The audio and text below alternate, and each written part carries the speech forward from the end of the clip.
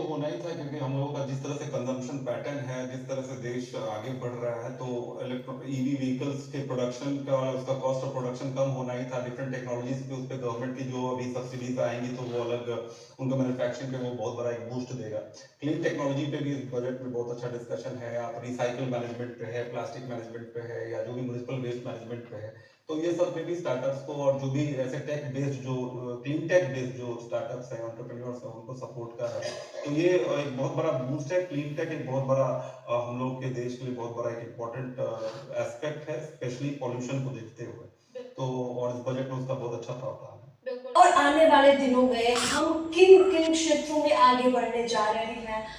Health sector में आपको क्या लगता है, क्या नए चेंजेस आ सकते हैं? देखिए, हेल्थ सेक्टर में हमारे देश का, स्पेशली वैसे जो पिछड़े राज्य हैं, हमारा बिहार में भी बहुत ज़्यादा हेल्थ सेक्टर में टेक्नोलॉजिकल डेवलपमेंट की ज़रूरत थी, ताकि सबको वो एक्सेस मिल पाए।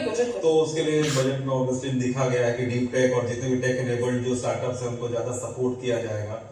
उसके बाद एक बहुत इंपॉर्टेंट पॉइंट है स्टार्टअप्स में, जो क्रॉस बॉर्डर ट्रेड का। आप एक्सपोर्ट्स में देखेंगे तो अभी तक हमारे देश में जो क्रॉस बॉर्डर ट्रेड में बहुत बड़ा एक रुकावट रहता था। जो टैरिफ अभी सुन रहे हैं वो हमारे डिफरेंट कंट्रीज में जाते थे, तो इंडिया पोस्ट उससे आगे नहीं कर पाता था। तो क्रॉस बॉर्डर ट्रेड के लिए एक कैप हटाया गया। उससे है कि इंडिया के प्रोडक्ट ज़्यादा इजिली अब एक्सपोर्ट किए जा सकते हैं, और स्पेशली अब जो नए एंटरप्रेन्योर्स, एसएमईज हैं, चाहे स्टार्टअप्स हैं, सबको इससे फायदा मिलेगा।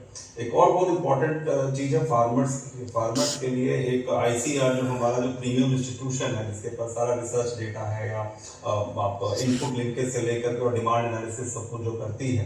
तो आईसीआर जो से वो एक प्लेटफॉर्म बना रहे हैं, जैसा इस बजट में बताया गया, जिससे कि बहुत दूर दराज के फार्मर्स को इससे जोड़ा जाएगा, और उनको इनपुट गाइडेंस से लेकर के मार्केट रिसर्च और डिमांड एनालिसिस पे उनको मदद की जाएगी। और जितने भी एग्री स्टार्टअप्स हैं जो देश में काम कर रहे हैं, उनको भी इससे डेटा दे करके और उनको वो अपने स्टार्टअप को कैसे बढ़ाए, इसमें पूरी मदद की जाएगी। बिल्कुल, आपने अभी जो बात किसानों की है, तो हम जरूर बताना चाहेंगे